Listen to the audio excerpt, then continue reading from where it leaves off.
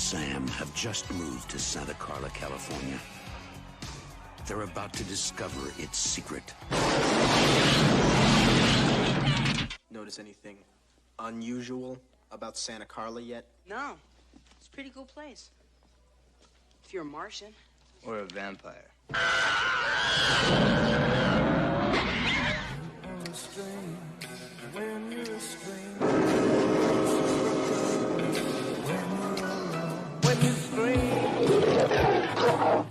So where are you? The flying nun?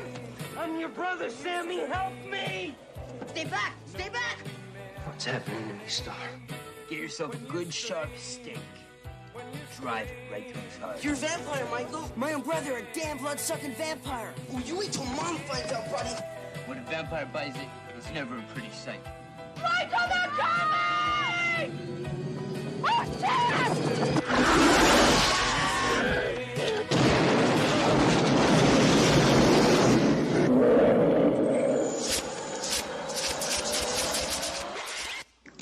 Hello, everyone, and welcome back to The Pod and the Pendulum, your horror movie podcast covering one movie. Oh, for fuck's sake. You gotta keep this in, man. Oh, I like this it. will go at the end of the episode when we just, after the music credits roll. Hello, Wait, how many everyone. movies are we? Sorry. We're go. covering 36 movies today. Wow. We're just going to power through them. Hello, everyone, and welcome to The Pod and the Pendulum, the horror movie podcast that covers every horror movie franchise, one movie and one episode at a time. I'm one of your hosts, Mike Snoonian, joined once again after a 1 week absence by Jerry. Jerry, how are we doing tonight? I'm doing spectacular. 2020 is a good year so far. I do think it's funny that it's Jerry's back after 1 week absence. When all of us, myself included, thought it would be extended. I had people message me and be like, "Oh man, really love what you brought to the show. I'm really bummed." And it's just nah, dude, I'll be back in a day or two. But basically, really briefly before we get into it, I just had a really big family emergency that I had to take care of. I thought that it would take a while to take care of it, but 100% because of the horror community, it was taken care of so fast. So every single person that listens, thank you. Every person who doesn't listen that helped my situation, thank you. There were people that I grew up watching their movies that helped. There were people that I had no idea who helped. So thank you. I'm so happy to be back. I love doing this show with a passion, and I'm still crying about missing Halloween 2018, but let's do it. Well, I think at some point we'll definitely get your thoughts on that movie. I think we're going to have to do that because I know how much you love that movie but it's really good to have you back. But, in the meantime, I think what we've decided to do a little bit heading into the year is kind of expand the team of persons that we're going to have on the show overall. Because, one of the things we've wanted to do is have a growing number of voices and growing number of contributors. And I was really happy with what we did last week covering Halloween 2018. And I think, our returning co-hosts, Brian Kuiper and Veronica Maitland, both really stepped up on short notice, brought a lot to the show overall. So we're here to welcome them back once again. Hey, glad to be here. Hi, hello. How is everybody? I think they're good. I think Okay, they're great. So yeah, we're good. Formalities aside, let's talk movies. So we're kicking off a brand new franchise tonight, and we're kicking off that one I'm excited about. Partially because I love this movie, the first one, and partially because there's only 3 entries in the whole franchise. So it becomes a little bit easier and a little bit less daunting. But we are here to talk about, I would say, the best vampire movie of the 1980s with Joel Schumacher's The Lost Boys. I would even go as far as saying one of the best vampire movies of all time.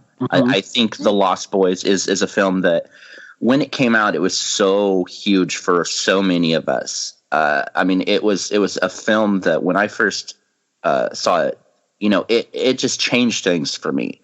Before that, vampires were very, not bland. I love Bela Lugosi's Dracula. I loved Christopher Lee's Dracula. But if you really think about it, they're kind of the same kind of character. But the Lost Boys, it was like a rock and roll punk rock vampire. Right. And it's something that I feel like so many movies have chased since. So, I mean, I am so excited for this one. I think you can draw a straight line from The Lost Boys to Buffy the Vampire Slayer to even stuff like Twilight. For better or for worse overall. But I think this and we'll talk a lot more about this as the show goes on, but I think the way that this movie looks at vampirism overall really shaped the way that sort of mythical creature was going to be explored for the next 20 to 30 years, really continuing to this day, I think, in series like The Vampire Diaries and such overall, or like a book series that I read, probably a decade ago now, but the Morganville Vampires, where they were like much younger and whatnot. So really, really going to enjoy talking about this one tonight. So I think for me, I know like growing up, this movie was all over MTV, and we're going to talk a lot more about the music and how that influenced the movie overall. But what's really, kind of interesting when I was doing some research for this, I didn't realize that this movie was originally envisioned as like the Goonies with vampires. Yeah, it was like on Peter Pan, right? Mm-hmm.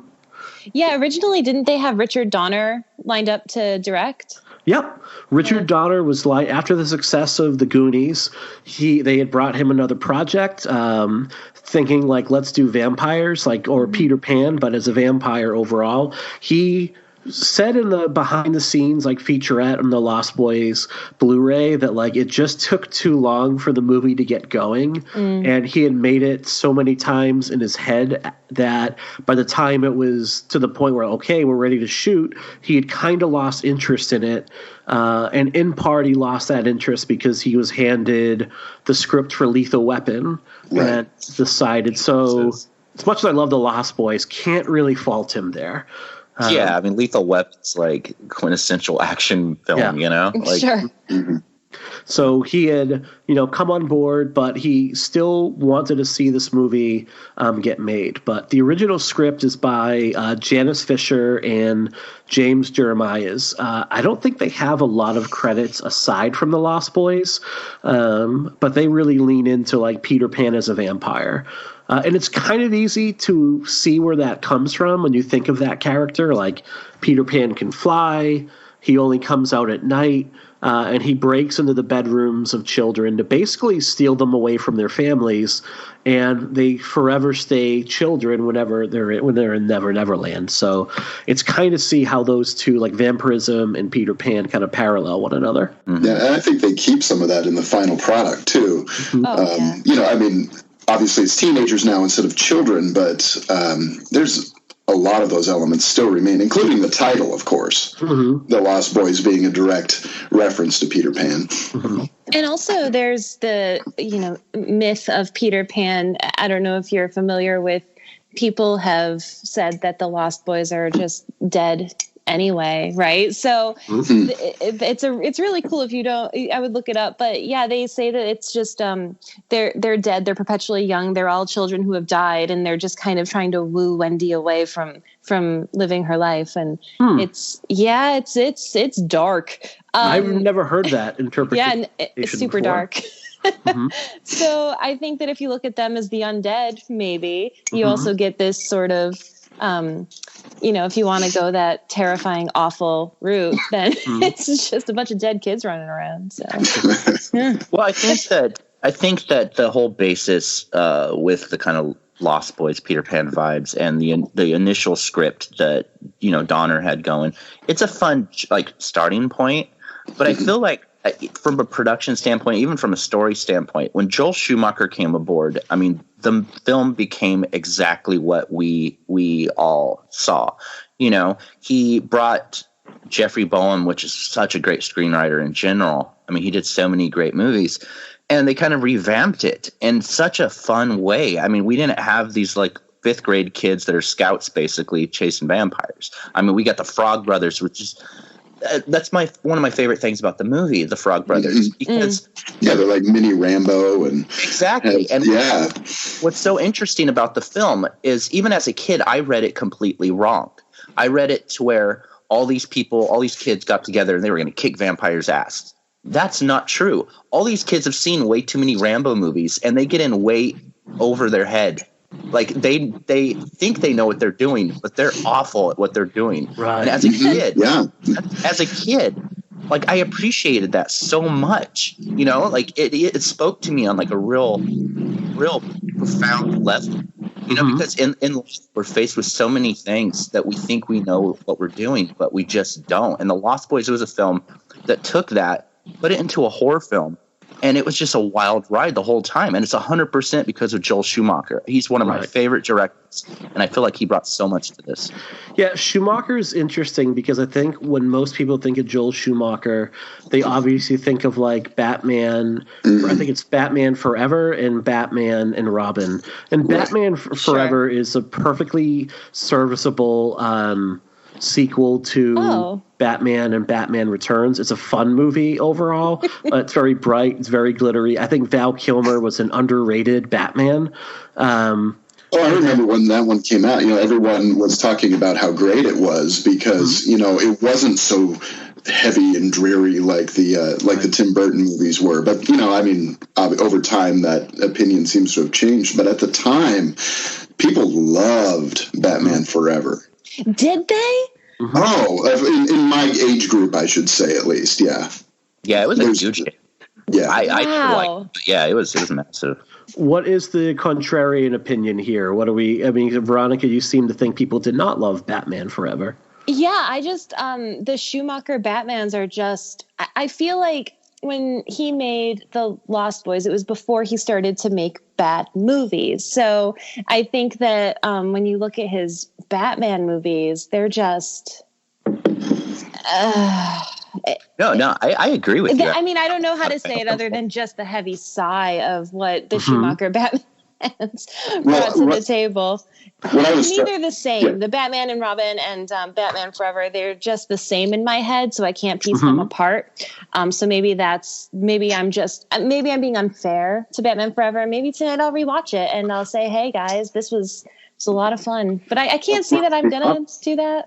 I would say that it's a short road. Like I would say that Batman Forever kind of bridges the gap between Batman Returns, which gets a little bit more ludicrous than Batman was, and Batman and Robin, where it's not quite full camp. Not quite yet. And by the time you get to Batman and Robin, it becomes ridiculous. Like they have the Batman credit card, Batman and Robin on skates, Arnold Schwarzenegger doing whatever he's doing as Mr. Freeze.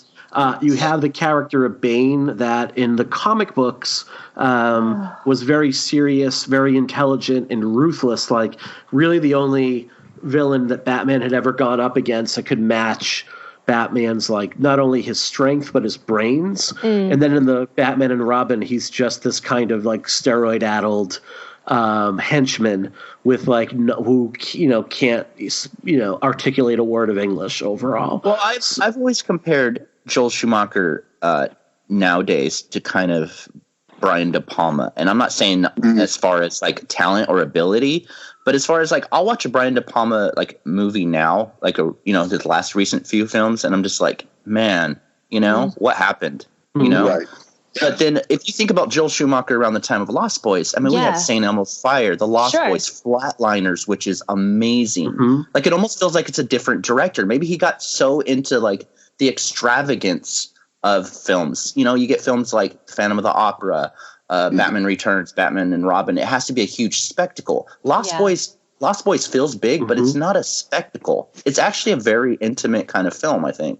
Yeah, I think he came back to it too with a movie like Phone Booth. Yeah. Oh yeah. Which was a cool little thriller, and I really dug that one. I haven't seen that in a long time, but yeah.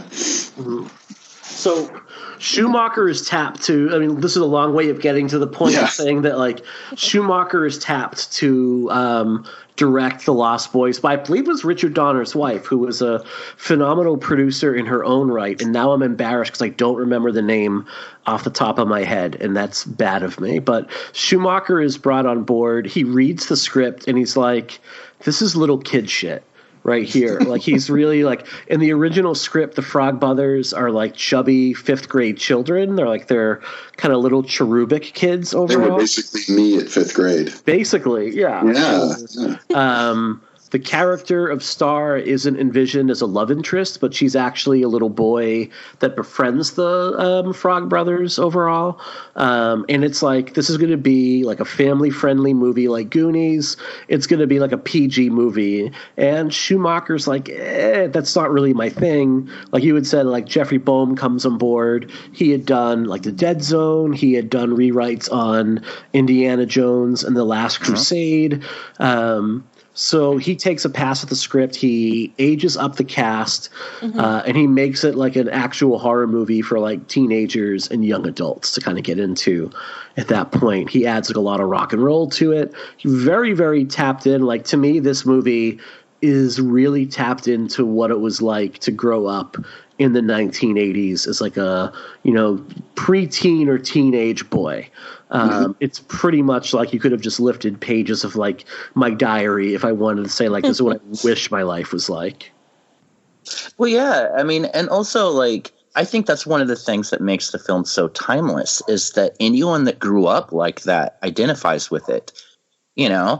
I'm pushing 40 and I still, every time I see it, see myself in almost every character who's not a vampire, like I was Sam, the Frost Brothers. I had hoped that I was Michael and the Vampires, but hell no, I wasn't. I was not that cool, and even like what's so great about the film is even the dialogue is so realistic. Yes. When Sam discovers that Michael's a vampire, he's so bummed about it, but he's also going to tell his mom. Yes, Right. Mom. Mike, what happened? Nanook. What about Nanook?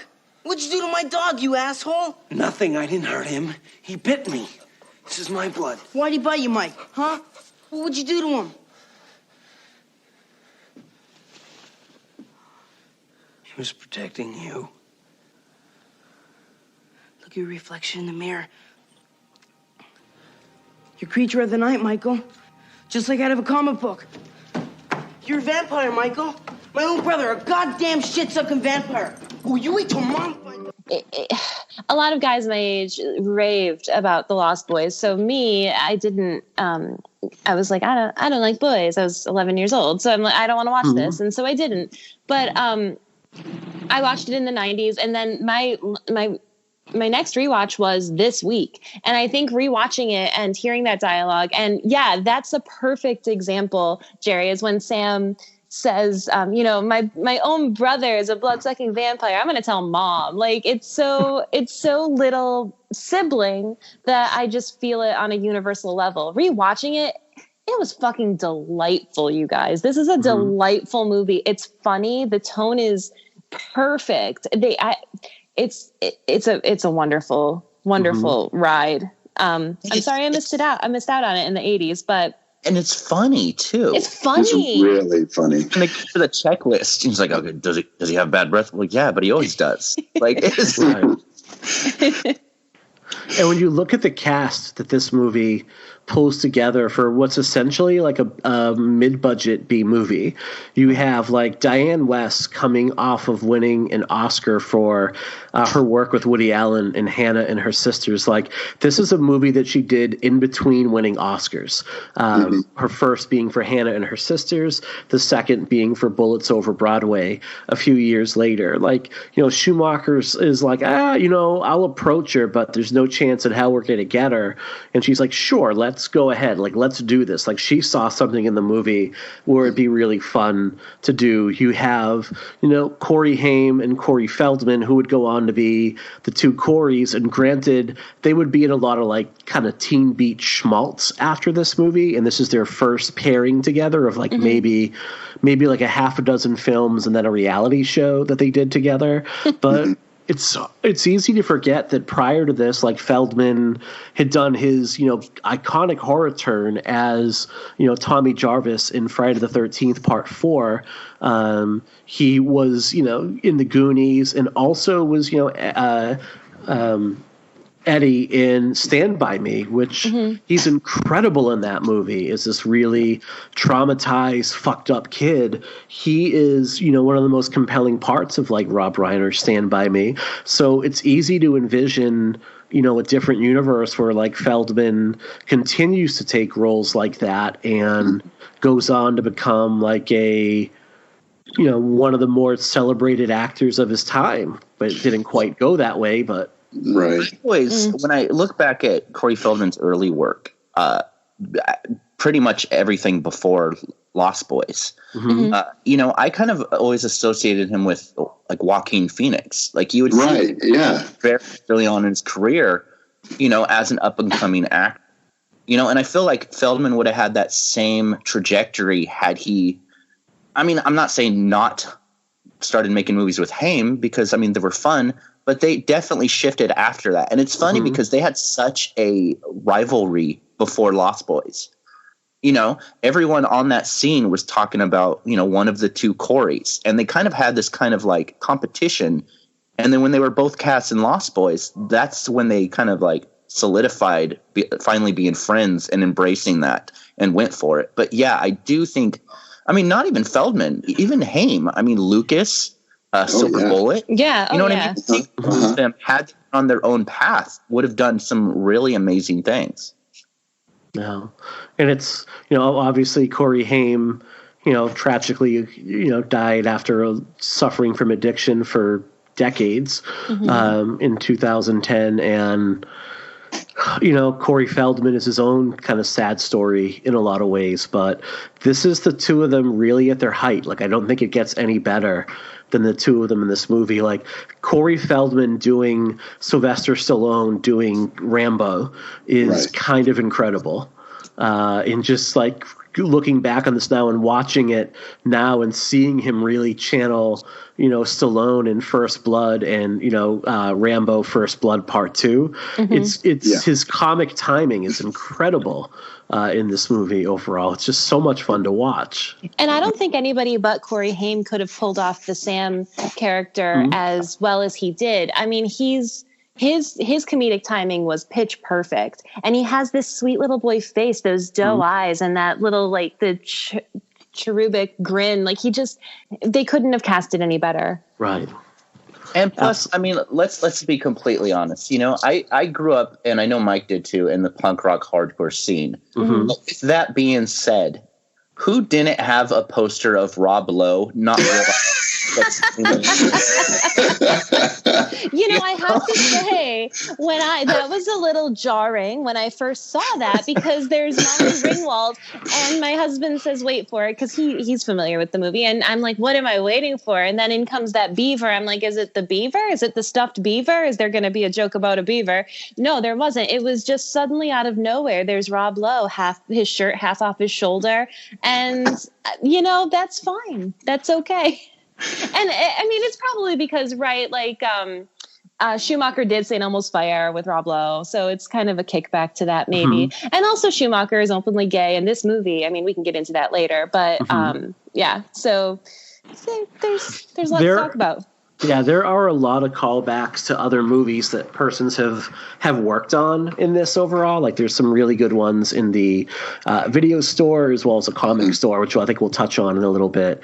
And I think this is also like young Kiefer Sutherland in this movie is incredible as he's so magnetic. You cannot take your eyes off him when he's on screen. Nobody smirks like Kiefer Sutherland.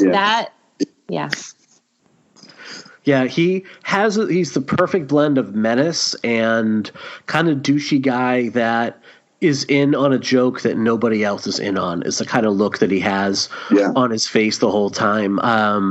And it's just one of those things where he brings a real swagger to this role that I don't think that people would expect from someone who at this point only had really a few television credits to his name, as well as, his supporting turn as Ace Merrill in Stand By Me. Right. Those are the first two things we really know him for. What's crazy is, I didn't realize it at the time because my brother and everyone else around me had them as well. But rewatching it, how hard is it that Kiefer Sutherland is so just amazing in this movie and likable, and you want to be him while rocking one of the worst mullets of all time. I think the only one who has a more amazing mullet in this movie is probably Alex Winter. Oh, Alex Winter's right? mullet. Oh, God. man. Those beautiful Rapunzel locks. Yes. Yeah. You know, I was a little jealous. I used to have hair like that. Not quite that long, but I used to have a beautiful head of curly hair like Alex Winter. And wow. It's going away. It's holding I'm sure on. his is too. It's holding on by a thread. No, the vampires in this movie are definitely making the case, like, if you need like a Cinderella cover band to play the local dive bar. Cinderella. You know, like, Yep. You definitely have four guys that could easily pull that look off. I mean, but that's what it was. Like, it doesn't, like, looking back, it's a bit comical, but it's not out of place for this movie. Like, it's not out of place. No, it's not at all. What, you know, we were watching this movie. We were watching this. It was like family movie night right before New Year's Eve, and we put this as a first time watch for my daughter, and we have been watching The Toys That Made Us on Netflix. I love that show. Just such a fun show to watch, and and she's like, Dad, it seemed like it was so much fun to grow up in the 80s, like, compared to now. And like, it was hard to disagree. Like, it was just like, it was, I know we have like all this technology and everything now, and I don't want to get hung up on like, back in my day, but, like, you had like arcades and like Kidding the Beach and like just like hanging out at comic book stores and all this like stuff that I don't see kids like Sam's age doing anymore. And like, yeah, it was fun growing up back then. It was a lot more fun, I would say, than growing up now. I mean, yeah, when I go into a comic book store now, or even an arcade, which are now barcades, it's everyone my age. I mean, everybody's 35, 40, 45. And it's like, oh, well, I mean, we're reliving our youth in these niche places. Right. Mm-hmm. I mean, to me, it's a lot more fun to have like a half dozen kids gathered around like a stand-up arcade version of, like, say, like Teenage Ninja Mutant Turtles than it is to have like 6 or 7 kids playing online and they're like miles apart from one another, right, chatting over a headset. Like, there's not that immediacy.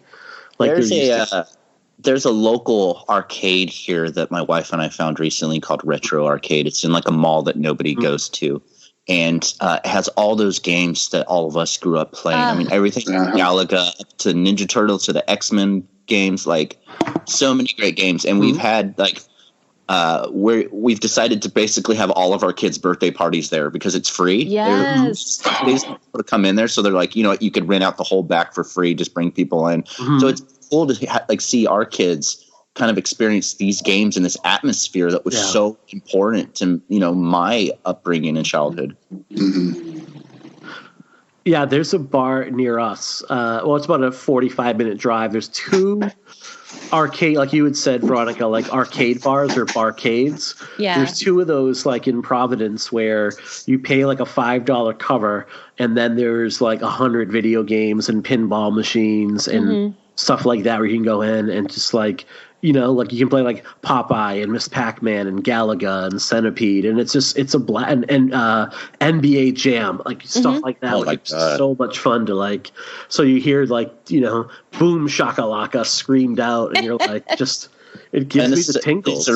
I feel so uncool right now. These are arcades that are in bars. Yep. Yeah. Wow. So, and even there are specific barcades like in Portland, Maine, and I'm sure in Portland, Oregon, I just don't go there, but because I'm useless, but like, sorry, Oregon. But in Portland, Maine, or,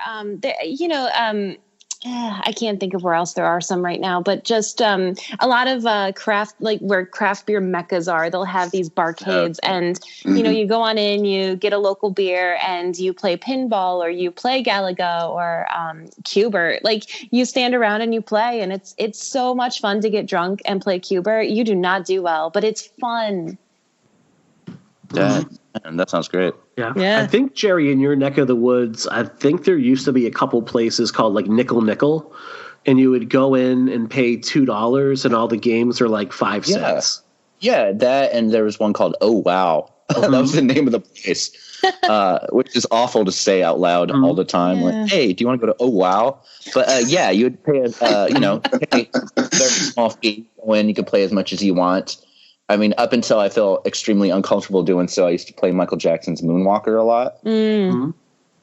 You know, all this talk of arcades, it brings me to kind of like, I think one of the more ironic lines of the movie overall, like when Sam first meets the Frog Brothers and he's like, I used to live in like Phoenix, Arizona, and now I moved here and it sucks. And I'm kind of like, Phoenix, Arizona is where old people go to golf and die. Basically, it's what I know about Phoenix. And like you have this like 13-year-old kid who there's a giant amusement park in Boardwalk. There is this crazy amazing like video store to go in, and there's like thousands of movies, including like adult films that are like right out of the open. It's like adult section. It's like as a 13-year-old, you're like, I'm gravitating right there. This is great. There's this comic book store that has like Superman 78 like right out in the open for people to peruse, right? It's not under lock and key, and you're on the beach. And there's all these awesome like caves on the store. Like, are you kidding me? Like, dude, you've hit the jackpot. Like, gosh, I miss Phoenix.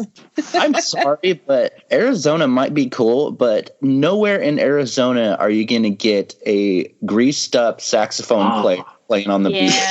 Yeah.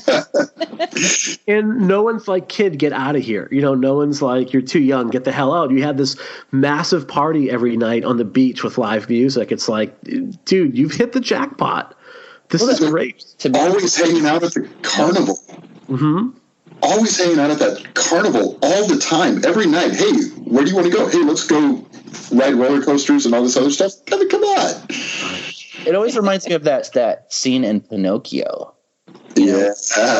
Go to just like be debaucherous and do whatever they want. That's what that boardwalk in Lost Boys reminds me of. Oh man, I just had sort of one of those kinder trauma flashbacks. When you think about like horror as a kid, I mean, seeing Pinocchio and seeing, the kids turn into donkeys and stuff. Terrifying stuff. Yeah, your first segue into body horror right there. That's a rough thing. That used to freak me out, but as an adult, that scene in Pinocchio doesn't freak me out because my kids are asses. So it's kind of autobiographical. It's like nonfiction.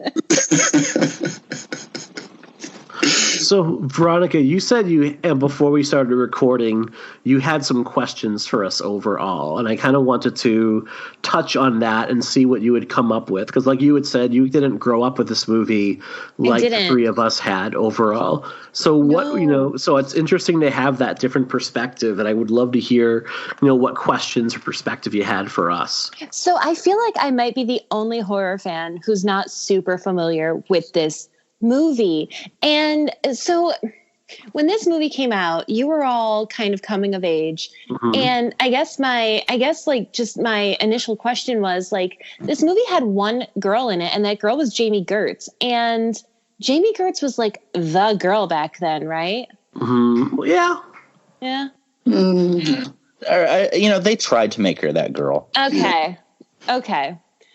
And she's just so I think with her and I think with Diane Wiest, I think that they could have been written a little bit deeper and better, obviously, but this wasn't really about them. So they're just there. They're ornamental. And but I think that this movie, I just rewatching it now, I can see where the connection was. But when you were coming of age, the connection that you had to these boys was like, who did you kind of side with, right?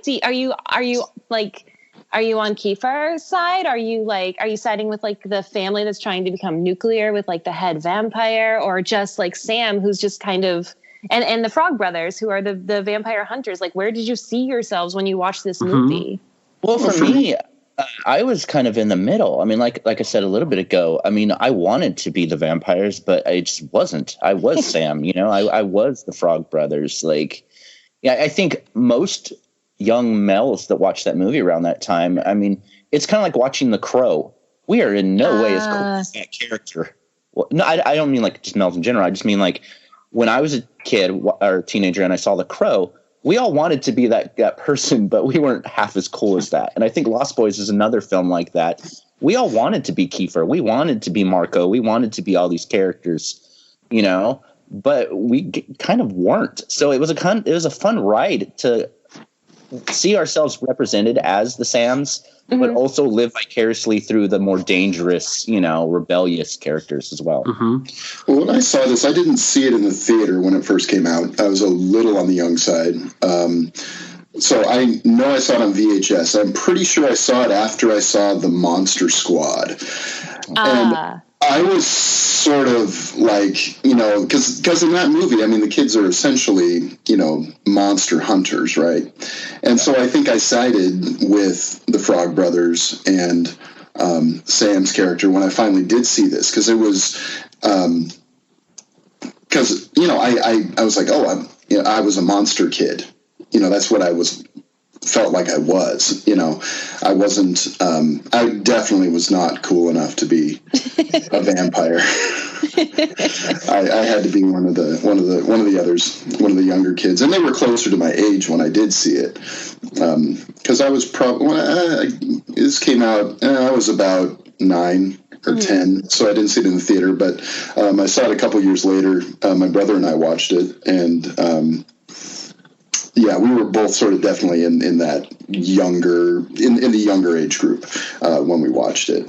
Yeah, I'm going to have to continue that kind of that trend that Jerry and Brian just said, is that like I would have been in 7th grade when when this movie came out, and I also didn't see it in movie theaters. I think it's important one of the things to realize about this movie is, although it did pretty well at the box office, it made like 4 times its budget. It really where it became known as, it was like a staple on HBO, Showtime, Cinemax, the movie channel. Like this movie was in heavy rotation on those premium movie channels, and it was like one of the biggest like sellers in the early days, like when VHS really started to like really hit its peak or really start to climb overall. Like this is one of those movies that everybody either owned or rented over and over and over again until they wore the tape out.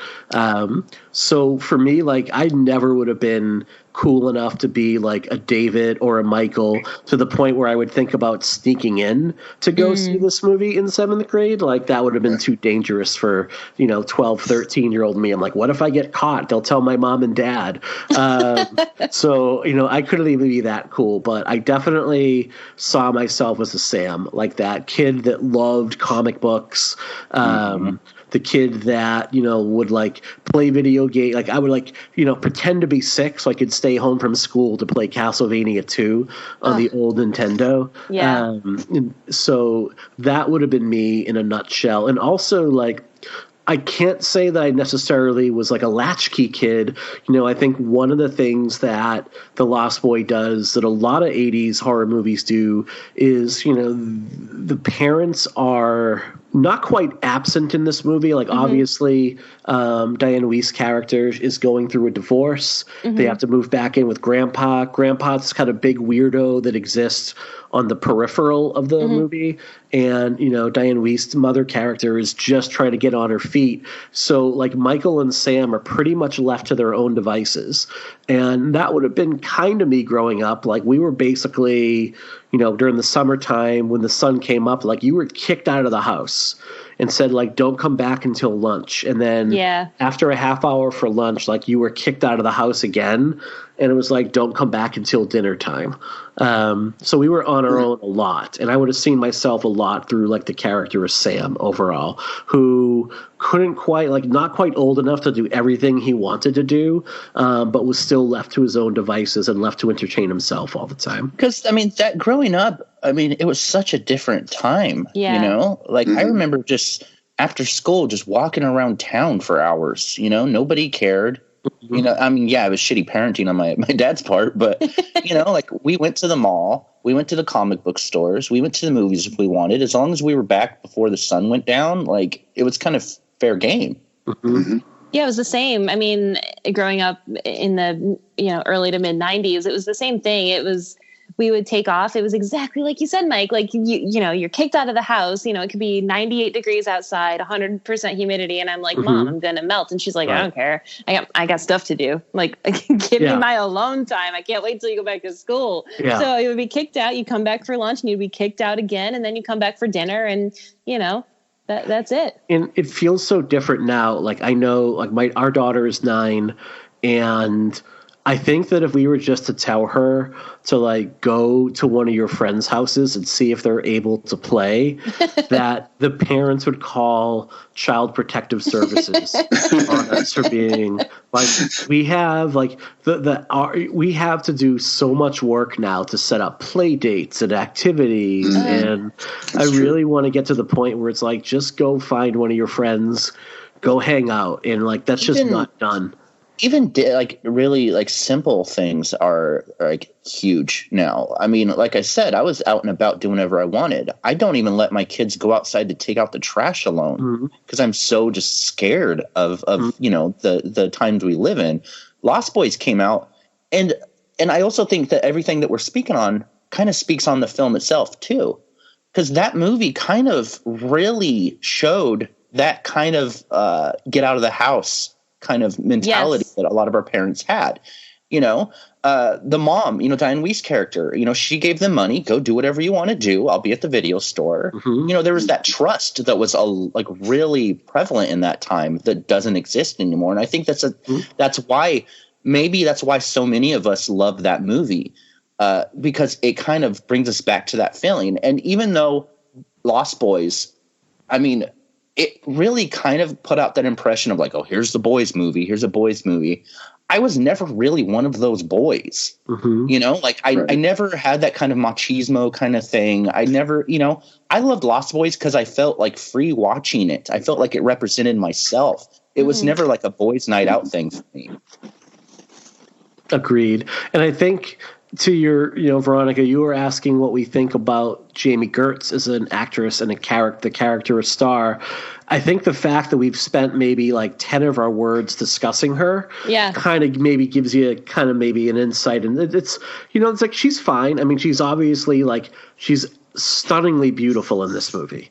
There's no, and I think she wasn't the first choice of actress for this role, but I know Jason Patrick had appeared with her in a different film, and he felt he had. Right? I think you're correct, Solar Babies, and you know he was adamant like that they had enough chemistry together, and that they honestly he had more chemistry with Kiefer. I mean, that's very true. It's so sensual when he comes out of the fog. Like there's just so many moments that are, you know, just, I think that if you're the right age and the right person, I think that this is a very big movie on awakenings.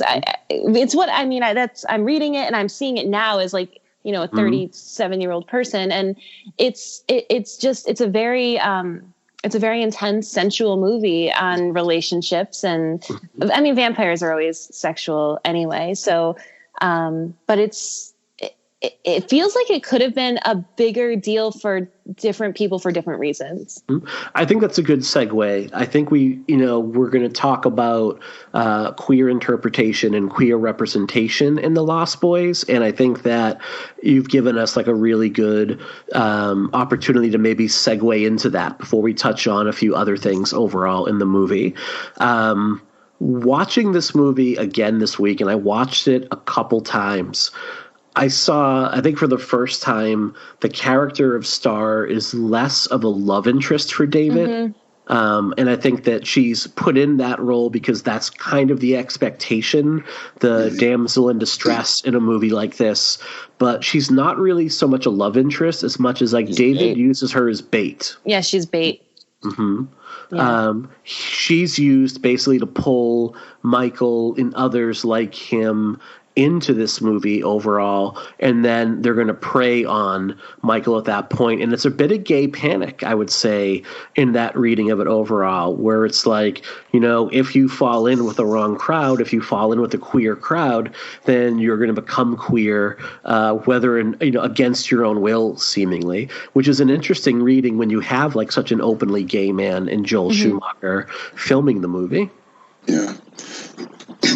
And even Sam's response, when he's trying to justify it. My brother's not, he's a half vampire, if anything. Like, he's trying to justify the halfness and the,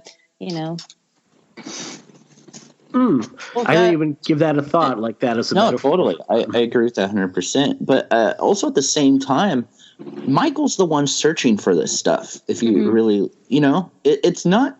I mean, there is debate with Star, but at the same time, Michael's the one really drawn to that. It almost feels like, he kind of wanted to find that crowd because Michael's looking for an acceptance. He's looking for people that are like him, and I think that speaks on a lot of themes that people kind of overlooked, especially in the 80s. It is a very, not just homoerotic, but like I've always seen the Lost. I mean, obviously not as a kid, but as an adult, I've always seen the Lost Boys as kind of a metaphor for that. Everything from that jokey Rob Lowe poster to Michael looking for that. I mean, there's a lot of very subtle and sometimes not so subtle lines and actions that kind of, the wine bottle, that whole sequence, even at the end fight,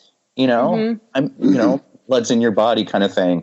Like, the Lost Boys, I think, could be and should be a film that really gives us a look at kind of those themes in the 80s that maybe a lot of people in the LGBTQ community maybe didn't realize was a kind of movie for them in some ways. I mean, when you look back at that time, there wasn't a kind of rock and roll fun movie that had those themes in it. It was mostly like films like Longtime Companion or, all these like very heavy award-winning dramas. Whereas Lost Boys, I mean, how many queer, young people or teenagers or young adults or whatever looked for something that kind of spoke to them, and I feel like The Lost Boys was that kind of movie for a lot of people. I think we should let Michael know what's going on. Yeah. Michael. Good night, Michael. Bombs away! Bottoms up, man.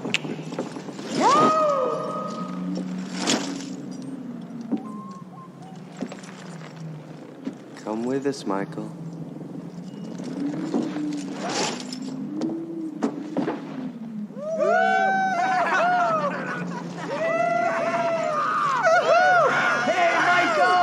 Michael Emerson! Yeah! Come on down!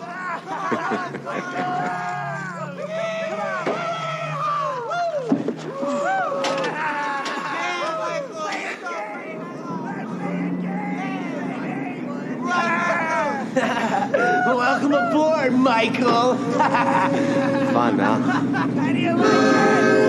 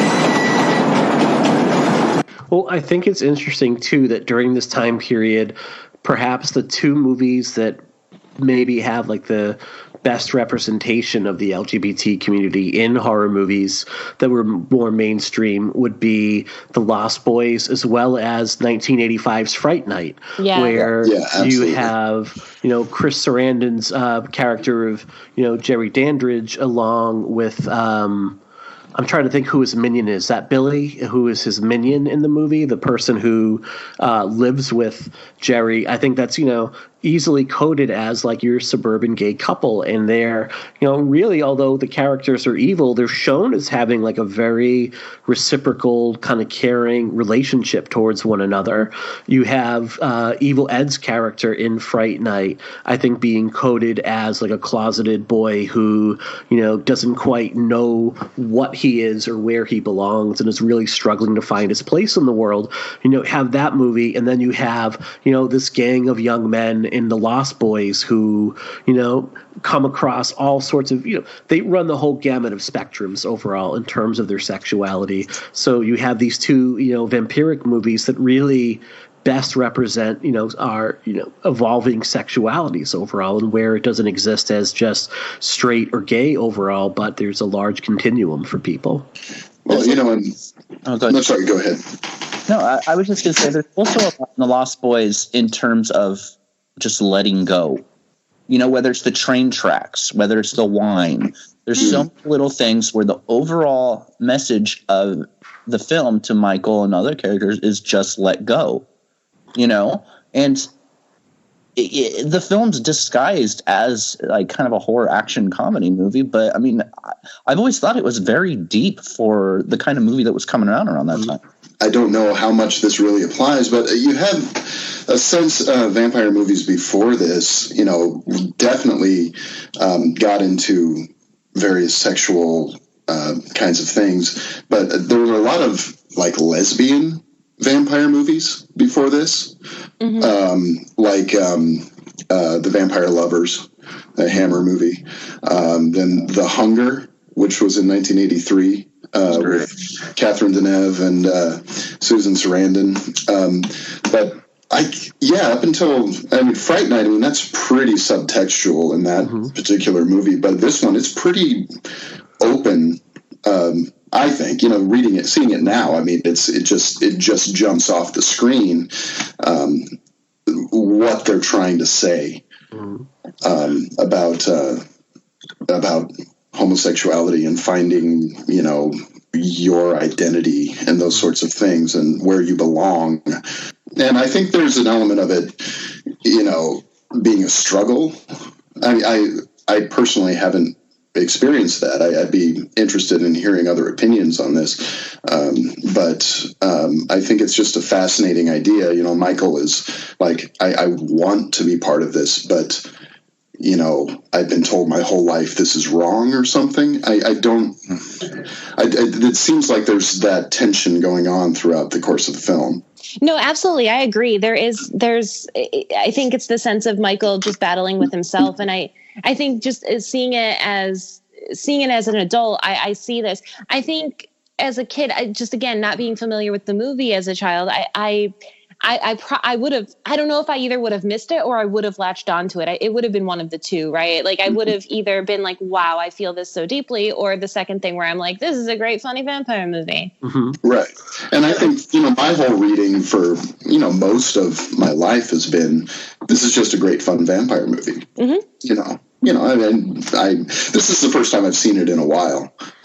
Probably saw it in college the last time I saw it. So, which was, 20 years ago. So, it was interesting to see it, just with a little bit more life experience and just hearing more other people's experiences, just being more informed, and just seeing these different perspectives sort of come out of the film this time. Yeah, and there's this when we discuss like the chemistry between David and Michael, that Michael on the surface is doing everything he does to stay with this group of this group because of Star. That, he's going to go through the initiation, he's going to hang with them because he wants Star. But every time he looks at her, the movie ends up cutting back to David. And there's that scene where he does drink of the tainted blood that kind of causes him to become a half vampire. And again, you're drinking blood from a very phallic looking item, and it's Important to note that this movie was made at the height of the AIDS crisis in the 1980s as well, where if you were diagnosed with HIV, you were basically given a death sentence. And it wasn't a matter of if, it was a matter of when. And that when was usually going to be a very short time away. And that during this time period, like literally close to nothing was being done by the Reagan administration to curb this disease because it was seen as punishment for gay men. Like they were seen as basically getting what they deserved. Like that if you were to contract this disease, you were getting what you deserve. You were being punished for having a really like sinful lifestyle at that point. So it's easy to kind of, see the tainted blood through the wine bottle as that. And it's interesting that how Michael contracts his vampirism isn't through getting bit, but through willingly taking part in the ritual. Like he's not so much seduced or assaulted by David, which I think you can see a vampire attacked in most movies as a metaphor for sexual assault. Here, he willingly gives himself over to David. He drinks that wine. And also, I mean, Star kind of warns him against it, and he just looks at it and is like, yeah, right. Like, he openly goes for it. You know? He does, yeah. And as soon as he does that, he looks at Star, but the picture immediately cuts to David. You're seeing the point of view of what he's actually looking at as he's looking at David. He's looking for David's acceptance overall. Even the love scene later on in the movie, like David goes back to the cave to find Star, and because he doesn't know what's going on with him, he's really confused. He's, which again, what a metaphor for coming out, this confusion, this kind of looking for like going back to the person who you hope is going to pull you back into like a heteronormative lifestyle again. And when they make love with one another, it immediately cuts to the clouds. And it's almost like Schumacher is suggesting like this is an out-of-body experience for Michael, that he's not fully there. His mind and his heart really isn't in there in the moment. Even the lyrics from that song Cry Little Sister, the lines are like, unchain me, sister, love is with your brother. It's like, not, as a 44-year-old, I'm like, how did I miss this growing up? So right. I'm the same way. Yeah. Really quickly, though, I mean, I see all these themes as being a huge part of the movie. But with that being said, like, I'm not a member of the LGBTQ community.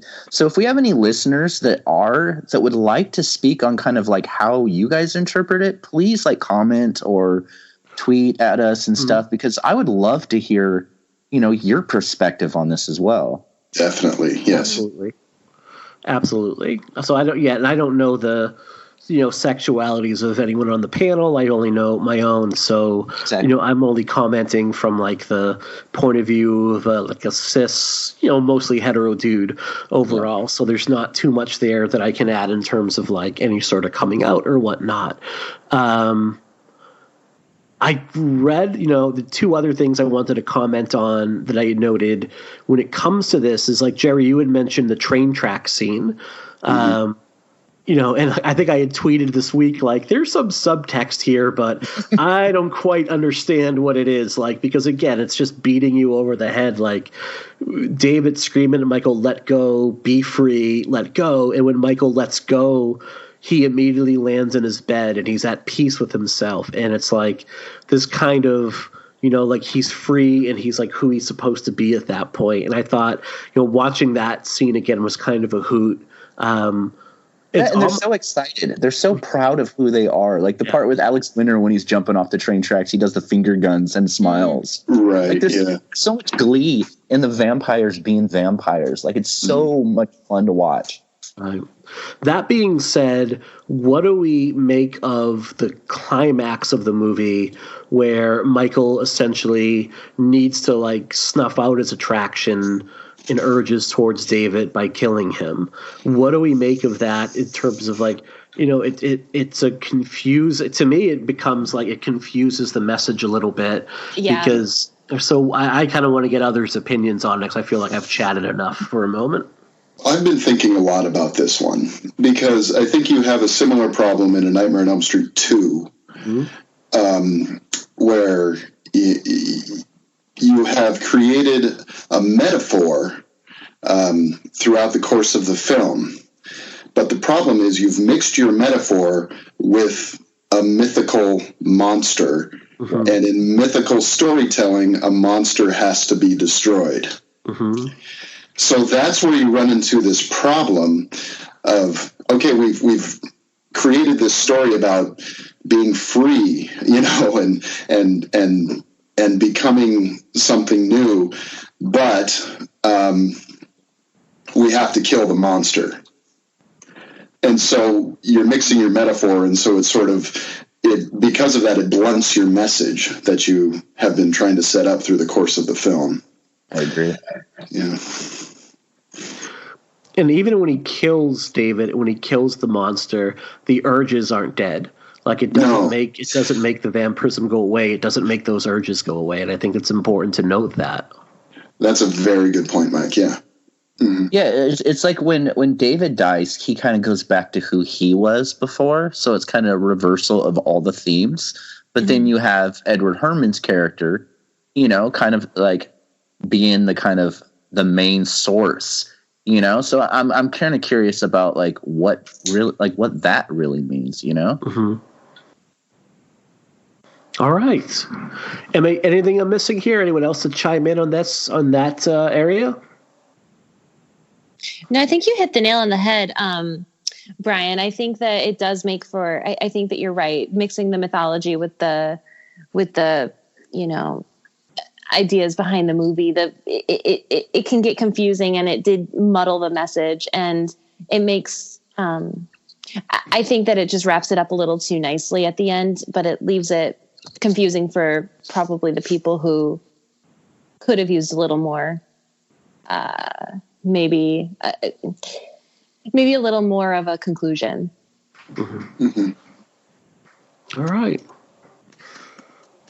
Yeah, it ends your story, but it ends the story with a climax, but it doesn't it doesn't satisfy the metaphor. Yes. That's it. I mean, the film works on this very great metaphorical way, and that's great, and I think has so many great things to say. But even on just like a surface level, I think even people that really aren't interested in really looking to see what it's about, as a kid, I had no idea about that stuff, But even from that perspective of not really knowing that stuff, I think the film just works so well on every level. I mean, it's funny. It's scary at times. I mean, goddamn, that last quarter of the film is so good as far as action set pieces. Yeah. I mean, I guarantee you that 90% of the people that watched this movie for the first time stood up and cheered when Nanook, attacked the vampire into the bathtub. It's one of the coolest sequences ever. You get blood coming from the sinks. You get one of the most quotable lines of all time. I spent over a year after this movie came out, reenacting the, you miss sucker line with my brother, to the point where I would get grounded for saying that again. Anytime I'm not kidding. There was one time my dad was chasing me around the house with the belt, and every time that he wouldn't land a hit, I would say that to him because I was such a little bastard. The film is just quotable, it's one of those movies that, like I said, it has very deep meaning, but even just on the surface, it is just such an enjoyable ride. This was one of the movies. I had a friend in college, and we were really close friends, and he kind of got me back into horror. For some reason, I had sort of felt like I needed to shun it for a little while, and this is one of the movies we watched together. And his favorite line was "Death by Stereo." Yes. Yes. One of my favorite bands of all time got their name from that. Yeah. So every time I see this movie and I hear that line, it just it makes me smile to think of my friend. So that was a cool thing for me to see this. I think it's a film that gave a lot of us that. And I don't mean a lot of us just males, but I just mean a lot of horror fans or just film fans in general. This movie is such a time machine for a lot of us.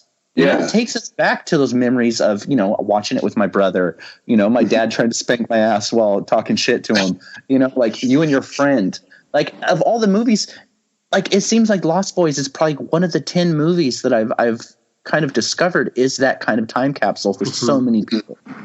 Well, it definitely exists in a time. I mean, it definitely, when you watch this movie now, it's so 80s. And I think Fright Night, which came before it, Fright Night was more of an ode to, the classic Hammer horror and a more classical period in horror. And it kind of didn't really embrace modernity in any way, shape, or form, where Schumacher is very much of the moment, very much of, like, this is like MTV's ability to make the taste of its time and to set trends is all over this movie. And it exists within the film. It does, The Texas Chainsaw Massacre, comic books, arcades, music, heavy metal music, rock music, all the stuff that the fans usually watch horror films are really into exists in this movie, which makes it even more relatable. There's also some hip hop in this. Yeah. It's Run DMC and Aerosmith's Walk This Way, which I had never picked up on that being in this before. And I thought, well, that's kind of cool. Because, I mean, that was, hip hop was still, it was working its way into the mainstream by that time. But it wasn't in the forefront. Yeah, this would have been at the time when, like, Run DMC had broken through with that song, and I think this would have been just after the album, probably like Tougher Than Leather, I think would have been out by now, if I'm correct. Public Enemy was starting to get, like, this would have been about the time that I want to say Yo MTV Raps would have been a staple on Saturday mornings, like 10 to 10:30 in the morning on MTV. And, now you have all these suburban kids who are getting introduced to bands like Public Enemy, De La Soul. In a few years from now would have been like NWA would have been, on that overall. So you are getting that infusion of hip hop into the soundtrack. The music is interesting partly because this soundtrack from top to bottom is a banger. You have Oingo Boingo covering People Are Strange by The Doors and doing, for what was considered a pretty avant-garde, like, new wave band, doing a pretty straight up cover of the song overall, to the point where you might be excused if you were listening too close thinking it was the original. You have In Excess with, Good Time Tonight. I remember that song being played every hour on MTV that summer. Like, you could not escape that song if you tried. And the way that this movie, which did not have a lot of money in the budget for music, the way they scored all of these bands is basically to have Joel Schumacher say, like, I'll direct your next music video, because that is the background he had come from, and sure enough, like, not long after this, Schumacher is directing videos for In Excess, like the Devil Inside video, the documentary, the video flick. Like, he does, like, a lot of music videos for this band, coming from that background overall. So you can definitely see the influence of that background in the film. I mean, you have a lot of those, the superimposed images kind of floating on top of each other throughout the movie. It's just during the blood drinking scene, from the wine bottle. It's just heads into this whole almost like acid trip of a moment where you have just image upon image going on. That was very much the way music videos looked during that time. I'm sorry, I think I cut you off, Veronica. No, I was just going to say it's cool how he bartered to get In Excess into the soundtrack. I think that's so smart. Like, absolutely. No, it 100% is.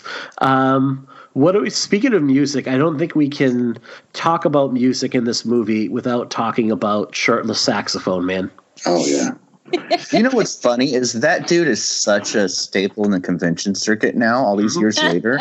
And he shows up. Like, he hasn't been in a convention I've been to, but I keep seeing people post pictures. The dude shows up with no shirt and his saxophone still. It's like, man, that guy must be up there in age, and he's still fucking going for it. Oiling himself up, wearing some different belts. Going to the convention bathroom and rubbing oil on his chest and go out there and putting on those wallet chains. Like, he knows what to do. Still believes. I mean, I'm looking at pictures at him on the convention circuit, and he's still pretty jacked up. I mean, like, he's still, you know, for a guy that's got to be in his 60s at this point, like, he's got 2 tickets to the gun show, is all I'm going to say. Isn't that such a Tim shitty Capello. Because I'm pushing 40 and I look like shit. Like, this dude's like up there in age and he looks like so ripped with the saxophone. I just had the second graders at the school where I'm a counselor at. Like, right before Christmas, they have like one of the teachers dresses as Santa and gives out stuff. And like, I was on lunch duty that day and they're like, "You were Santa." And I was not Santa. And I'm like, "You little fuckers." I'm like, I wasn't Santa. So I immediately signed up for a gym that afternoon. And I am, you know, going to like not only drop weight, but I'm going to drop those little shits next year when they're in 3rd grade. It's like when people tell you that you remind them of celebrity and you're like, "Wow, who?" And they're like, "Rosie O'Donnell." I'm like, "Oh, fuck off." That's who. Yeah. Like, they just drop. I have to say, okay, so I'm ripped. No. So we've seen the pictures, dude. We've seen the pictures. Okay. Right. So if you follow me on Twitter, I over the past year and a half or so, I went from 270 pounds to 170 pounds. Damn. I'm a little more than that now. I was actually. This is going to sound so pretentious. I was bulking for the last 3 months, so I'm cutting back down. But yeah, so I just, you know, Mike encourages me, you know, hey, get to the gym, make yourself feel.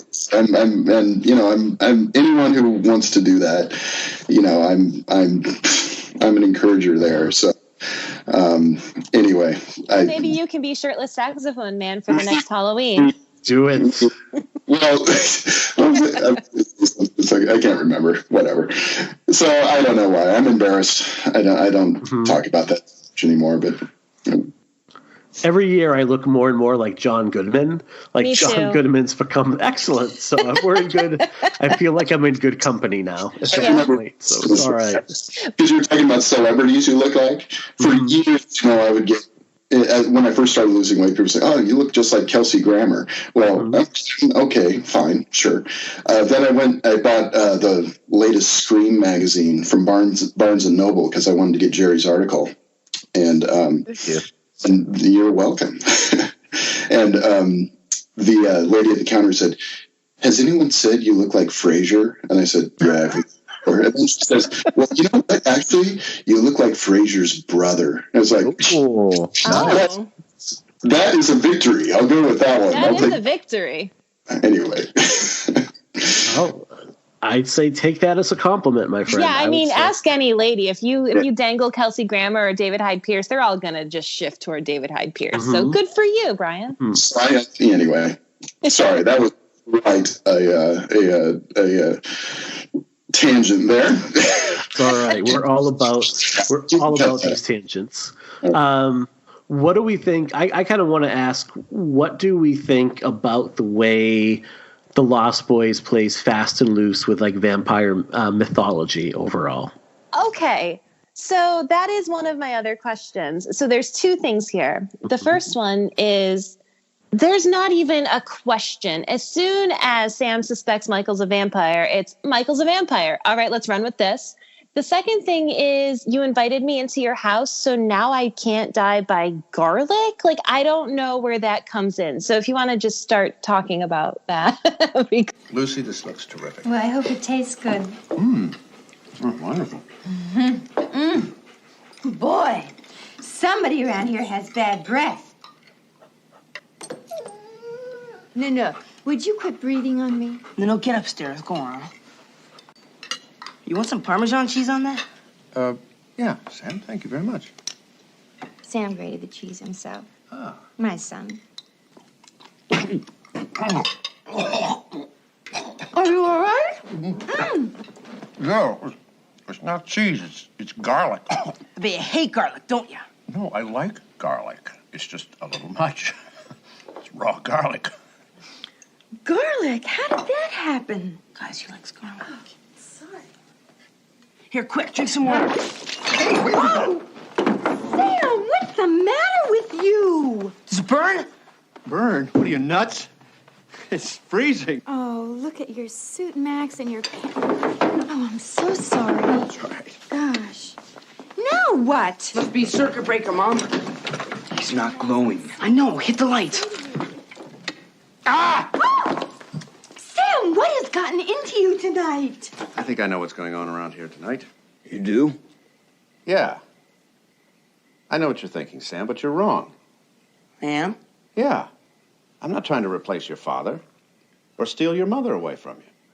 I would just like to be your friend, that's all. I think that what I love about the movie is also that kind of disregarding of every rule set before it. And I love when movies do that. You know, I think that's kind of why I don't like Scream that much. I know I'm like in the minority there, but it's because I don't want someone to say, well, these are the rules of this kind of movie. You know, you have to follow these or this will happen. I love that Lost Boys kind of makes a lot of it up as it goes. And, you know, it kind of like screws off so much that came before it. But I think that's part of its charm. And it goes kind of with like I said earlier, where they're in over their head. And, you know, they're trying to utilize all these rules that they know from movies that they saw, you know, Sam and the Frog Brothers. And this movie kind of like subverts a lot of those. And I think that it's really awesome that it does that. It feels a little bit like a cheat to me because they obviously want to set up the character of Max as a red herring and, you know, have his reveal as the head vampire is this kind of like really big, shocking moment at the end. But he's so obviously who you would look to as being the head villain that they want to disregard him, and they do it in such a way where, you know, like what throws me off is not so much the garlic, because garlic, like vampires can't stand it, but it won't kill them. But when the holy water spills on him and he's like, oh, it's just a bit cold, you know, and then when he's like, oh, well, you invited me into your home, and once you do that, like, you have no power over me. Like, I've never read, and I understand your point, Jerry, where it's like, well, we're just disregarding it. Isn't that in other movies, though? I mean, that happens in, like, the Fright Night remake and a lot of other ones. It just means that you can come and go as you please at that point. But even in Fright Night, when, you know, Jerry goes into the home, he's still affected by all the things that can hurt a vampire. It just means that he can come and go freely. But like as the far vampire as mythology is, I can't come in until you let me in, but you can still, you know, holy water is still going to hurt you.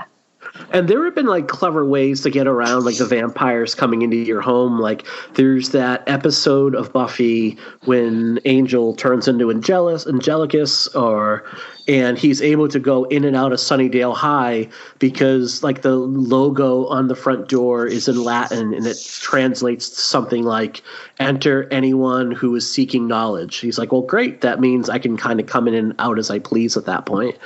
So there are clever ways to get in and around that.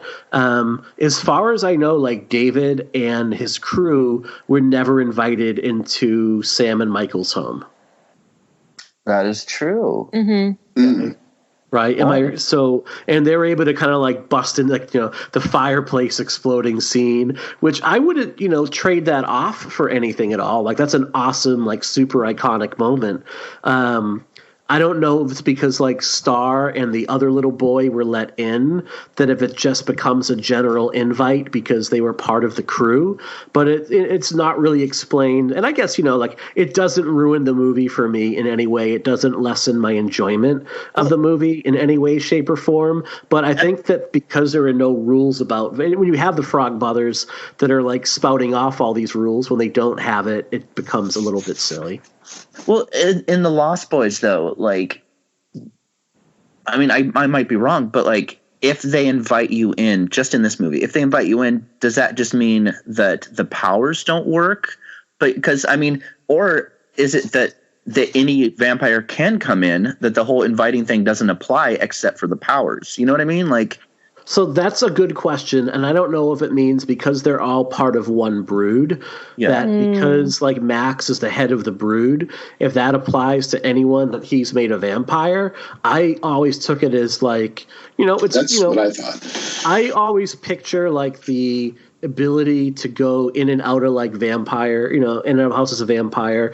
You kind of have like that power being set up like the dude at the club that's holding like the red velvet rope. And he's like, all right, you guys are in, you're in, you're wearing a douchey hat, so you go to the back of the line. Like, it was individual as opposed to, like, one group thing. Do you know what I mean? Oh, totally.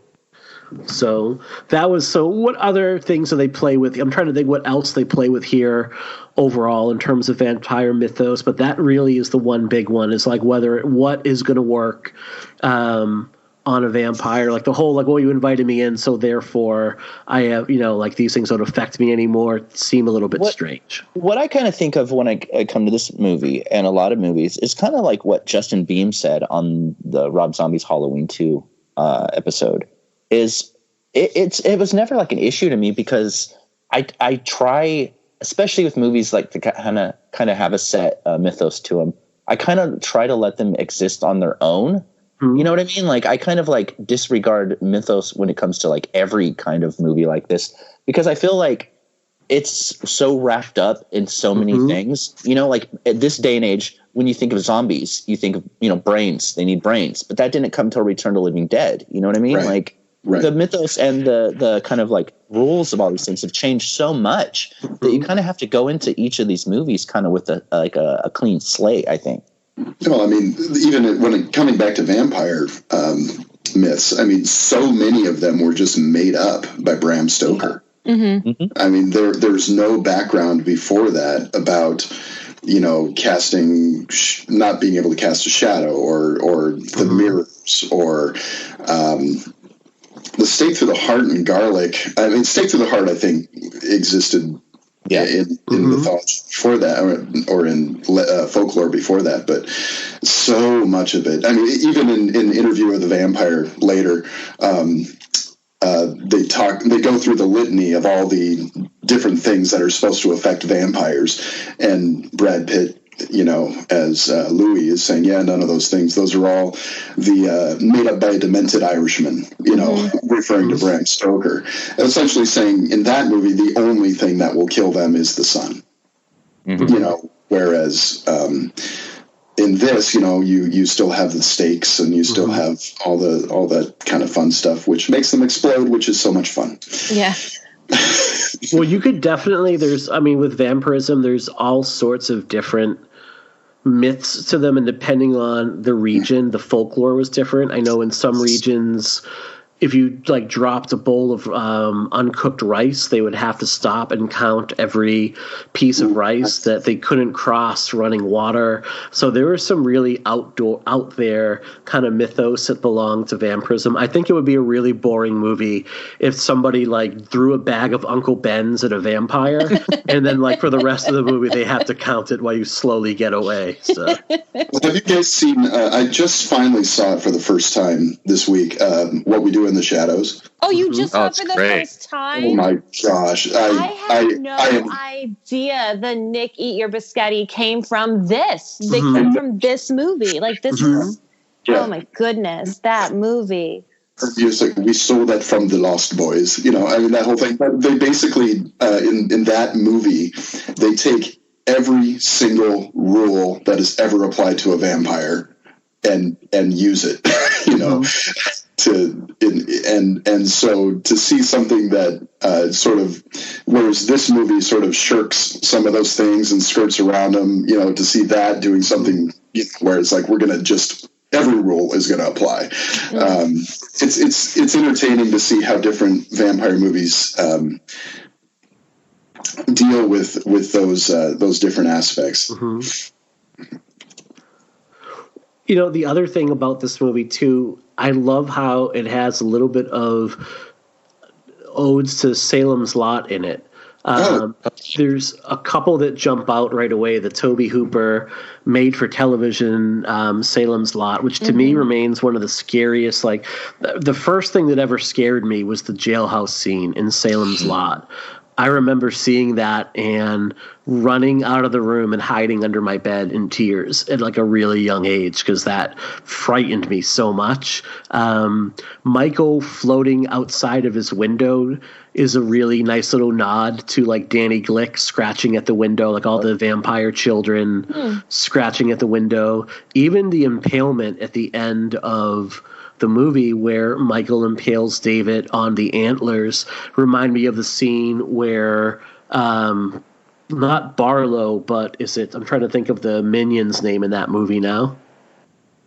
But anyway, Barlow's minion, Straker, picking up Susan's father and walking him down the hallway and just like hanging, impaling him on those pail of antlers, like with as much effort as it would take you and I to maybe like hang up our hat and coat on a coat rack.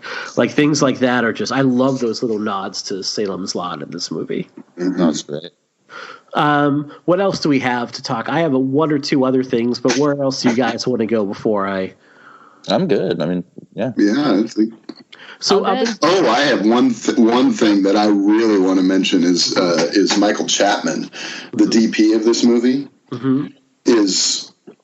what he does with this movie is so remarkable. I mean, all the mist and all that, just the look of this film, and then to think that this is the guy that did Taxi Driver. Yeah, right. Raging Bull. Yeah. But then I looked up his filmography. He also did Slumber Party Massacre. What? I mean, so you just got this master of his craft, doing.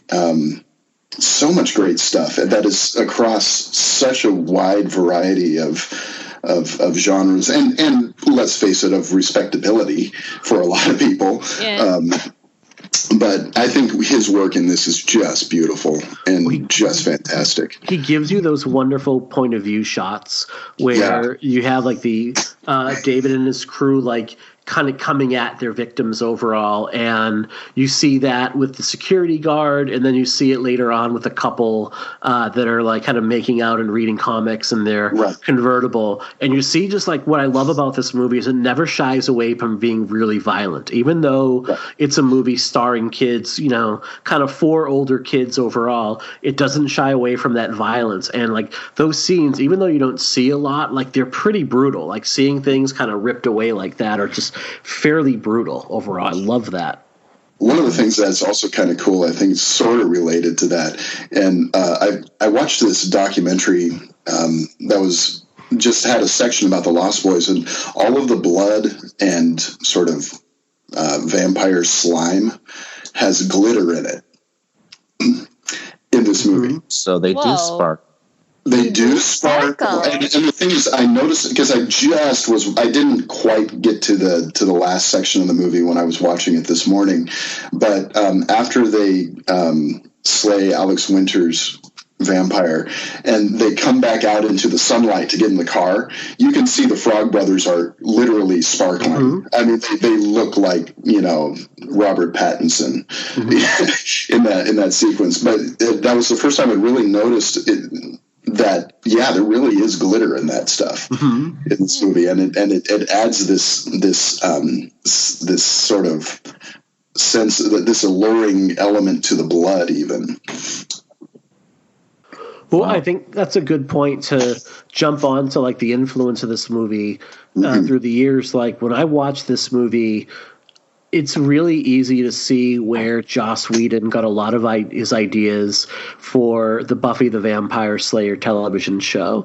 I mean, when you look at David, it's Kiefer Sutherland as David here, it's impossible not to see the character of Spike from that show reflected. Both are these like bleach blonde vampires with this like romantic streak and this really like kind of punk look. They both have the long duster coats overall.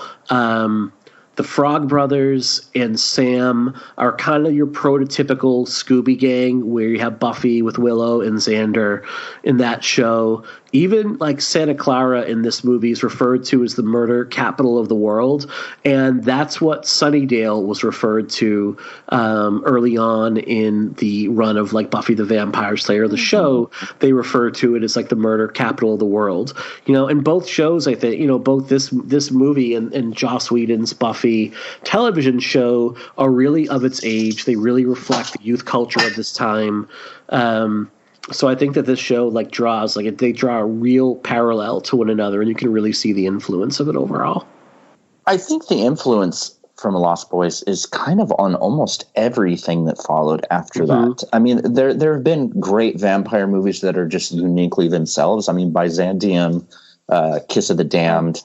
I mean, so many great vampire movies that are doing their own thing. But I feel like after Lost Boys, I mean, like I said with Return of the Living Dead, after that movie, zombie films were changed. You know, and I feel like after Lost Boys, vampire films were definitely changed, you know, and had a very specific kind of thing to them. Yeah. What other movies would you say post Lost Boys most clearly reflect the influence of Schumacher's film on them? I think The Lost Boys, The Tribe. No, I'm just kidding. First, maybe. Yeah. I was just going to let anyone else go. Well, I think you see, to some extent in the style, if not necessarily in the time frame and look of Interview with the Vampire, you see some of those elements for sure. And maybe more so in Queen of the Damned. Because that's a modern setting, and the sort of rock star character. Obviously, that's based on a novel, so it's a little bit different situation. Yeah, or even like Let the Right One In with the child vampire theme, right? That movie. Yeah, so it can be. You can pull from Lost Boys. I think in I think Jerry's right in every vampire movie that came after. I think also, as I think more about it, you know, the faces being more animal-like and things like that. You see them Till Dawn. That movie.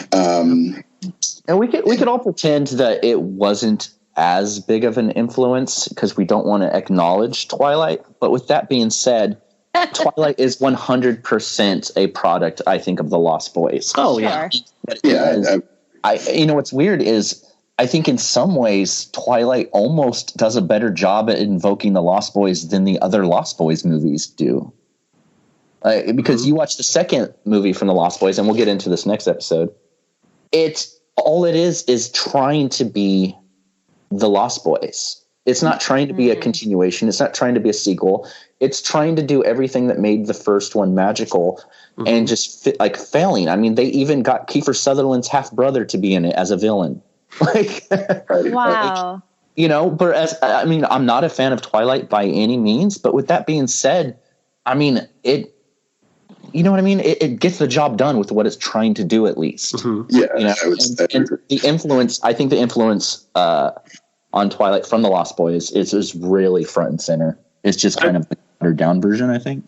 I think there's the character in True Blood, the TV series, I can't remember the character's name, but he there's definitely a connection to the Kiefer Sutherland character. Eric. No, not who's the other one? The sort of blonde vampire.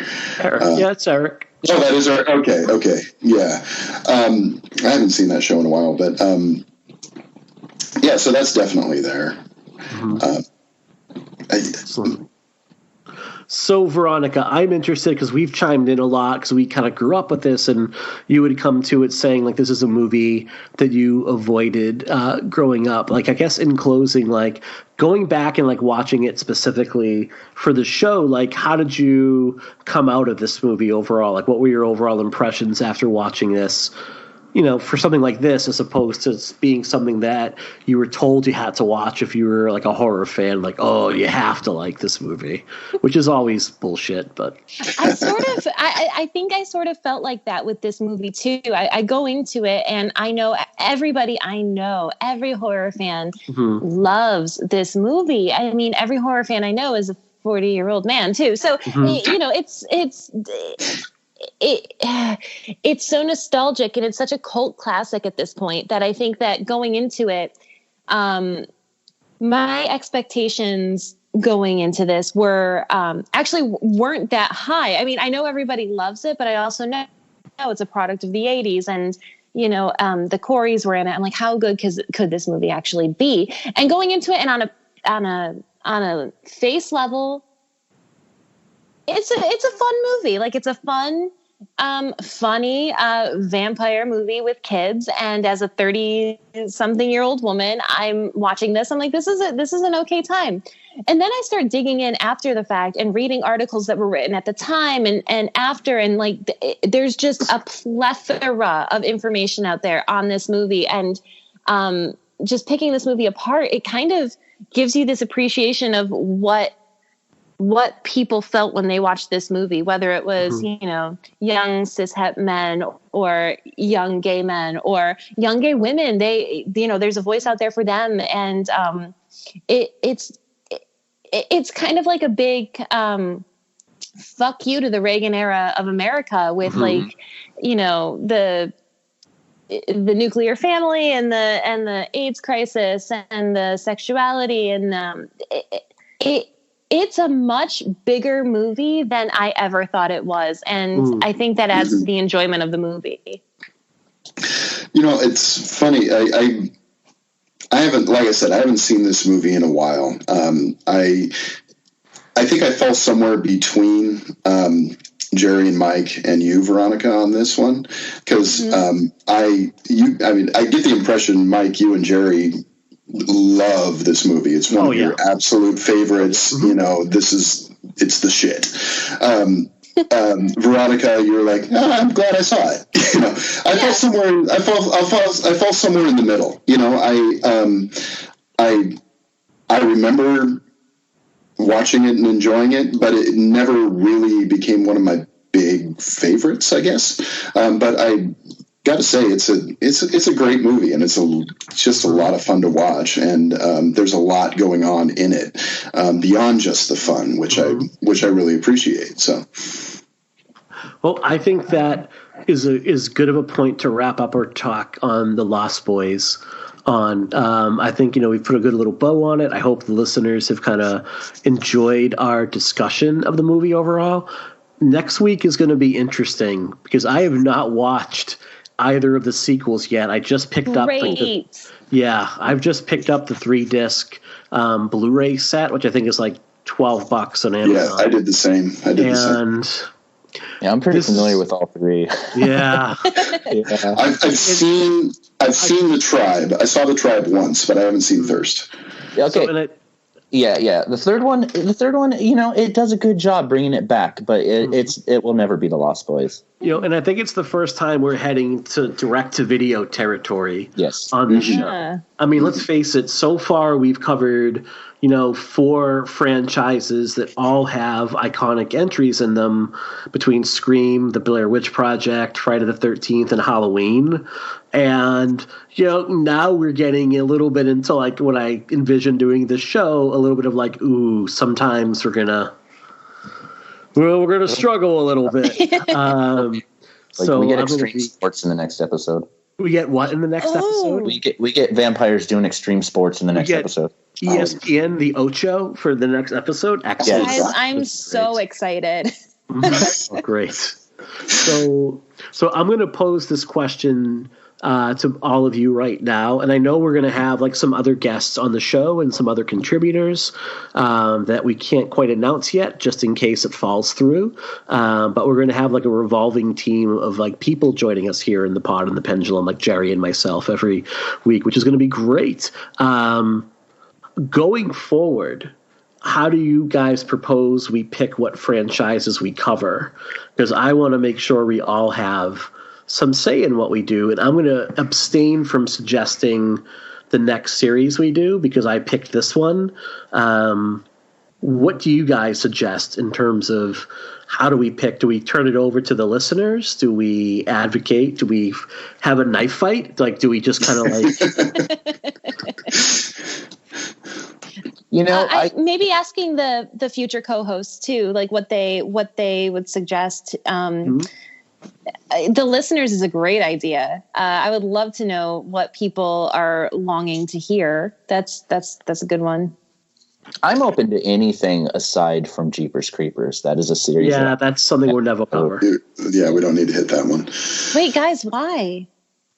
Really? Are you serious? I'm kidding. Okay. Okay.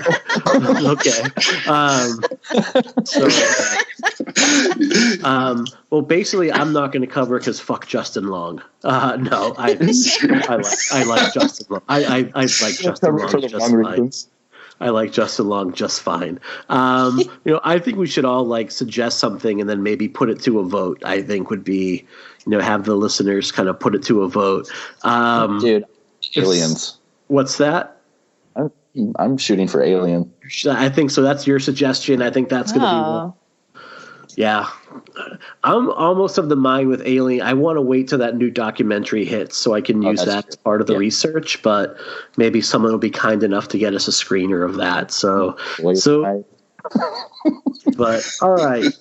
So where can everyone on listening to the show, where can they find you lovely people if they want to read more of your work or hear more of you? Where are we going to find you folks right now?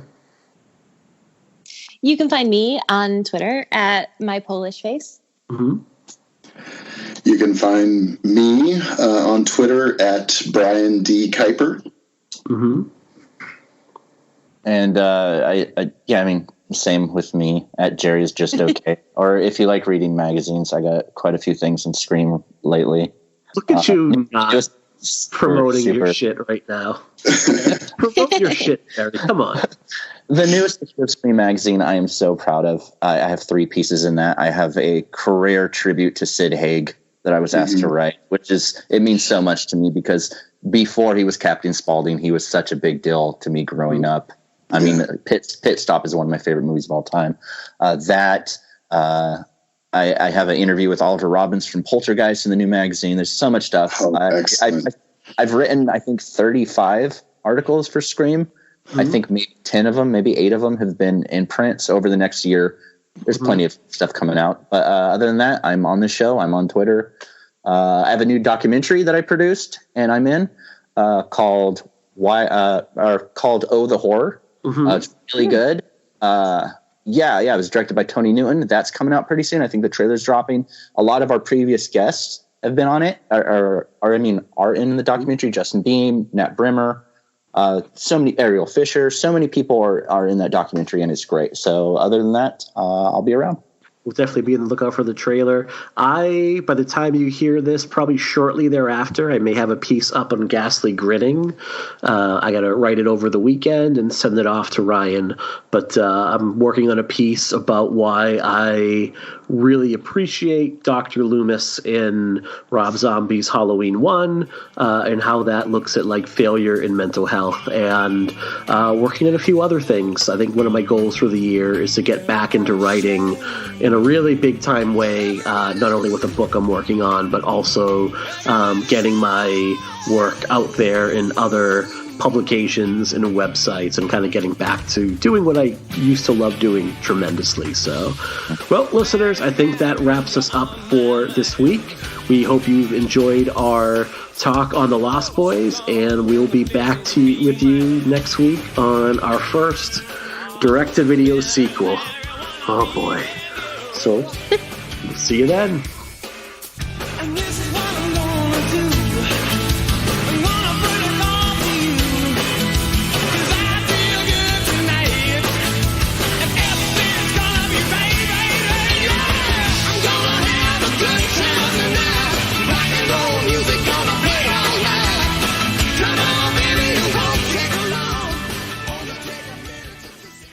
Hello, everyone, and welcome back to The Pod and the Pendulum, your horror movie podcast covering one movie and one franchise. Well, that didn't come out right. Let's start that over. All right. Sorry about that. This is bullshit. All right.